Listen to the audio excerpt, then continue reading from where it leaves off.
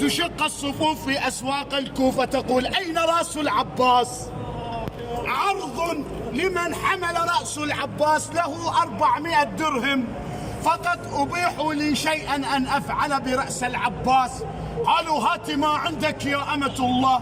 أعطت لهم 400 درهم. قالوا: ماذا تفعلين؟ قالت: أخذ ثار أولادي، فقد قتلهم هذا العباس في معركة صفين. قالوا: قد أبيح لك أي شيء، افعلي ماذا تؤمرين.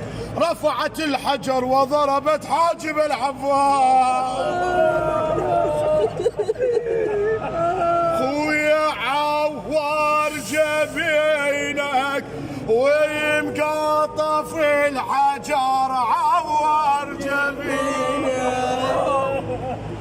ونست العلويات 83 علوية: عاتكة، ليلى، رقية، صفية، عفيفة. شو يصيحن؟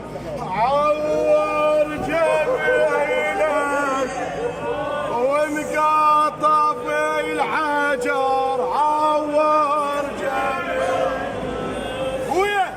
خويا يقتل وين يعينك، لما انت وين يقتل وين.